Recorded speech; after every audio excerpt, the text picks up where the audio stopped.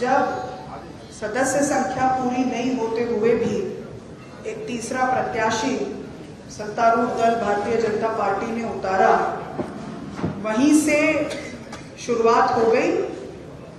और हमें ये समझ में आने लगा कि ये किस तरह से संविधान को, लोकतंत्र को कुचलने की राजनीति,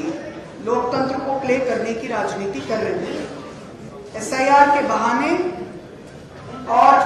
अलग अलग हथकंडे अपनाकर वोट चोरी तक जो मामला सीमित था, आज वो सीट चोरी एसआईआर के बाद ही शुरू हो गई। और अब ये क्लियरली यहाँ पर राज्यसभा के चुनाव को भी, जैसे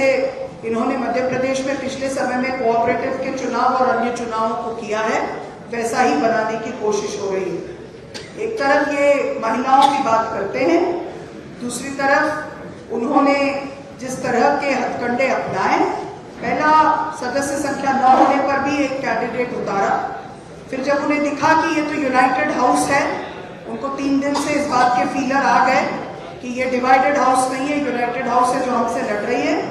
तो उन्होंने एक लीगल नोटिस की आड़ में, जो कि अभी जिसका कॉग्निसेंस भी नहीं हुआ था, जो संज्ञान में भी नहीं आया गया था, उसके आधार पर इलेक्शन पिटीशन को चुनौती दी। हमारे दोनों वकील साथियों ने सारे आर्ग्यूमेंट्स उनके सामने रखे और जैसा उन्होंने कहा,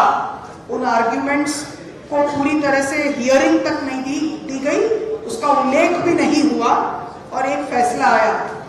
और ये हम सबके लिए एक ये राज्यसभा की सीट का सवाल नहीं है, मेरा एज अ कैंडिडेट भी सवाल नहीं है,